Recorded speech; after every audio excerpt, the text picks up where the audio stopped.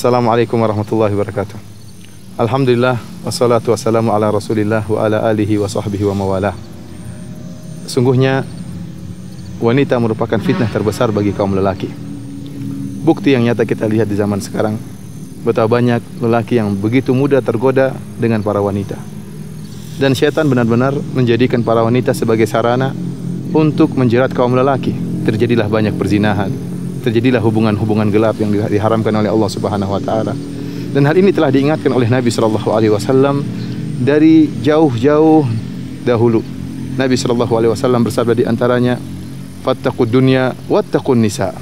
Fa inna awwala fitnati Bani Israil kanat fin nisa." Kata Nabi sallallahu alaihi wasallam, takutlah kalian kepada dunia dan takutlah kalian kepada wanita. Rasulullah sallallahu alaihi wasallam mengingatkan dunia, kemudian Rasulullah SAW mengkhususkan wanita setelah menyebutkan dunia. Dan kita tahu bahwasanya fitnah wanita merupakan dari fitnah dunia. Akan tapi Rasulullah SAW mengkhususkan penyebutan fitnah wanita.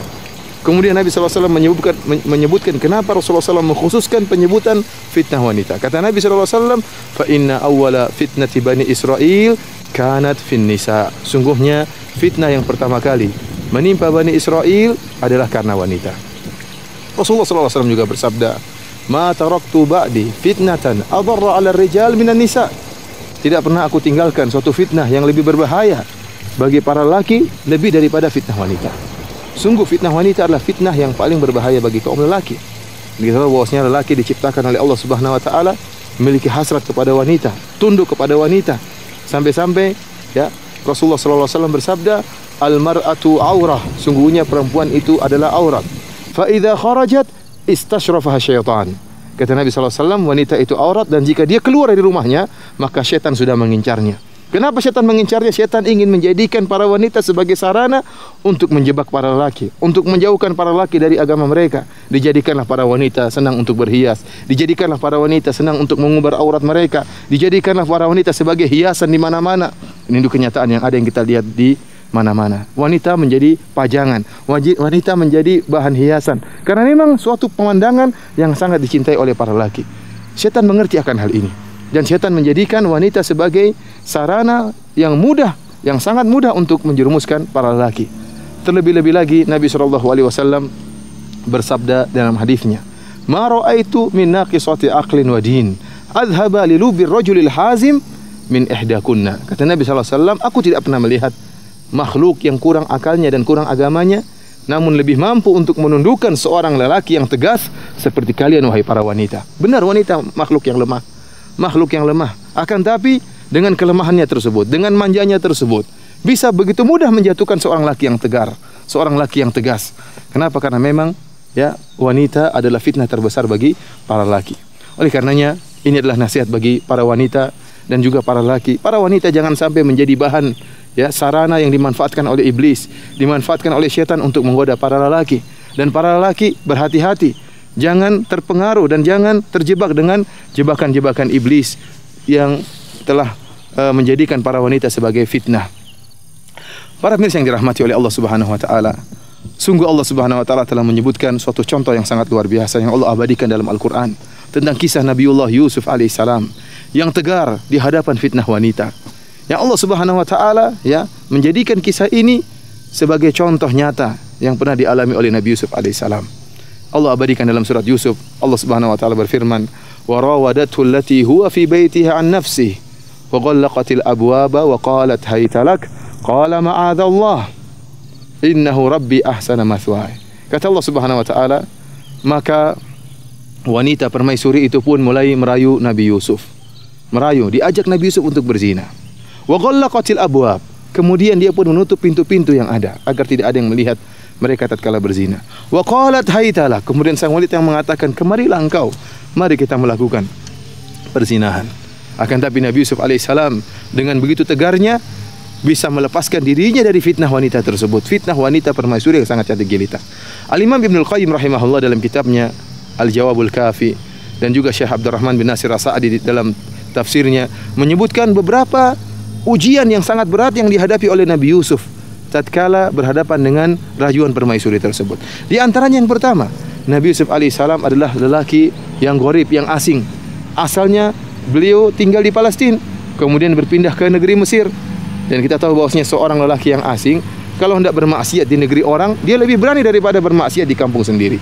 Ya, adapun kalau bermaksiat di kampung sendiri dia akan malu jika ketahuan, malu bagi keluarganya, malu bagi kerabatnya. Tetapi jika dia bermaksiat di kampung orang, maka dia lebih berani. Yang kedua di antara ujian yang dihadapi oleh Nabi Yusuf alaihissalam, Nabi Yusuf masih sangat muda tatkala itu, dan kita tahu bahwasanya bagaimana gejolak syahwat seorang yang masih muda. Kemudian di antara ujian yang dihadapi oleh Nabi Yusuf, yang merayu adalah sang wanita. Yang merayu adalah sang wanita. Lelaki terkadang malu untuk merayu wanita, tetapi tatkala wanita yang mulai merayu, maka mudahlah tersungkur seorang lelaki. Dan dalam kasus ini yang dihadapi oleh Nabi Yusuf alaihissalam, sang wanita lah yang merayu Nabi Yusuf alaihissalam. Kemudian ujian berikutnya, siapa wanita yang merayu Nabi Yusuf ini? Adalah wanita yang sangat cantik jelita, seorang permaisuri raja. Kemudian selain dia cantik, dia telah menghias dirinya sehingga kecantikan di atas kecantikan. Ya. Kecantikan di atas kecantikan. Ini ujian yang luar biasa. Dirayu oleh seorang wanita yang sangat cantik dan kaya raya. Kemudian juga di antara ujian berikutnya, wa ghallaqatil abwab, kata Allah Subhanahu wa taala, sang wanita telah mengunci seluruh pintu, tidak ada yang melihat. Dan kita tahu bagaimana seorang tatkala bermaksiat tidak ada yang melihat, dia lebih mudah untuk bermaksiat karena dia tidak malu, tidak ada yang melihat dia. Ini ujian-ujian berat yang dihadapi oleh Nabi Yusuf alaihissalam. Akan tapi Nabiullah Yusuf alaihissalam tegar dalam menghadapi ujian tersebut. Kenapa? Dia takut kepada Allah Subhanahu wa taala. Kata Allah Subhanahu wa taala, "Innahu min ibadinal mukhlasin." Ya, Allah Subhanahu wa taala menyelamatkan Nabi Yusuf alaihissalam karena Nabi Yusuf adalah orang-orang yang ikhlas, diselamatkan oleh Allah Subhanahu wa taala. Dan Nabi Yusuf pun lari. Fastabaqal bab. Nabi Yusuf segera lari meninggalkan tempat tersebut. Tidak ada yang menjamin Nabi Yusuf alaihissalam tegar terus di hadapan maksiat tersebut, maka dia segera meninggalkan tempat maksiat tadi. Oleh karenanya para pemirsa yang dirahmati oleh Allah Subhanahu wa taala, jika Anda dihadapkan dengan fitnah wanita, jika Anda dirayu oleh seorang wanita yang cantik jelita dan kaya raya, ingatlah bagaimana Nabi Yusuf alaihissalam telah digoda dengan godaan yang lebih berat daripada yang Anda hadapi. Akan tapi karena Nabi Yusuf alaihissalam berdoa kepada Allah Subhanahu wa taala dan mengingat keagungan Allah Subhanahu wa taala dan takut akan azab Allah Subhanahu wa taala, maka dia meninggalkan tempat maksiat tersebut. Dia meninggalkan rayuan wanita tersebut dan dia lari meninggalkan tempat tersebut. Inilah para pemirsa yang dirahmati oleh Allah Subhanahu wa taala, hendaknya kita ingat akan hari akhirat, bahwasanya kenikmatan yang kita dapatkan dengan cara yang haram, ya, dengan hubungan yang tidak benar dengan wanita yang tidak halal bagi kita, maka ingatlah kita hanya mendapatkan kenikmatan sesaat. Setelah itu kita akan mendapatkan siksaan yang terus-menerus, siksaan yang pedih yang akan dirasakan oleh seorang yang bermaksiat kepada Allah, yang melakukan perzinahan, yang melakukan hubungan gelap dengan wanita yang tidak halal baginya. Allah mengancam mereka, orang-orang yang berzina, Allah akan ancam mereka di akhirat kelak. Mereka akan diadab di alam kubur sebelum diadab di neraka jahanam. Semoga Allah Subhanahu wa taala menjauhkan kita dari fitnah wanita, dan semoga Allah Subhanahu wa taala menegarkan iman kita tatkala kita dihadapkan dengan rayuan dan godaan wanita yang tidak halal bagi kita. Wahai para wanita, janganlah Anda dimanfaatkan oleh iblis. Jangan Anda dijadikan perangkap iblis untuk menjerat para kaum lelaki. Ingatlah setiap aurat yang Anda buka, yang dilihat oleh para lelaki, akan dicatat oleh Allah Subhanahu wa taala dan akan menambah beratnya azab Anda pada hari kiamat kelak. Semakin banyak mata yang melihat aurat yang Anda umbar, maka semakin berat pula azab yang Anda rasakan di akhirat kelak. Oleh karenanya begitu mengerikan bagaimana kondisi para artis, para wanita yang menjadi bintang iklan, yang mengumbar aurat mereka, terpajang di televisi, terpajang di iklan-iklan, dilihat oleh jutaan orang. Maka sungguh pedih azab yang akan mereka rasakan jika mereka tidak bertaubat kepada Allah Subhanahu wa taala. Setiap mata yang menikmati aurat yang terumbarkan tersebut akan berberat azabnya pada hari kiamat kelak. Kemudian wahai para lelaki, jauhkanlah diri Anda dari fitnah wanita. Tundukkanlah pandanganmu karena Allah Subhanahu wa taala. Ingat bahwasanya Allah Subhanahu wa taala ya'lamu kha'inatal a'yun. Allah mengetahui pengkhianatan lirikan pandangan mata Anda. Meskipun tidak ada yang melihat Anda tatkala Anda melirik aurat wanita yang tidak halal bagi Anda, ketahuilah dicatat oleh Allah Subhanahu wa taala. Kemudian jauhilah diri Anda dari tempat-tempat maksiat. Jangan menjebak diri Anda dalam tempat-tempat bermaksiat.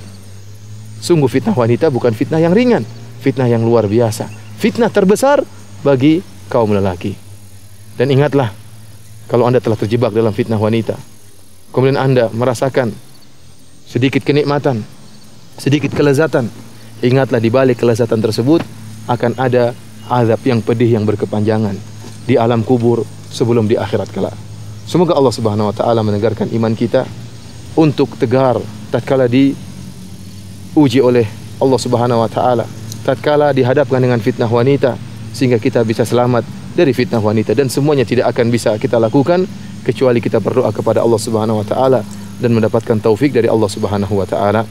Wallahu taala a'lam. Wa sallallahu nabiyana Muhammad wa ala alihi wa sahbihi wa sallam. Assalamualaikum warahmatullahi wabarakatuh.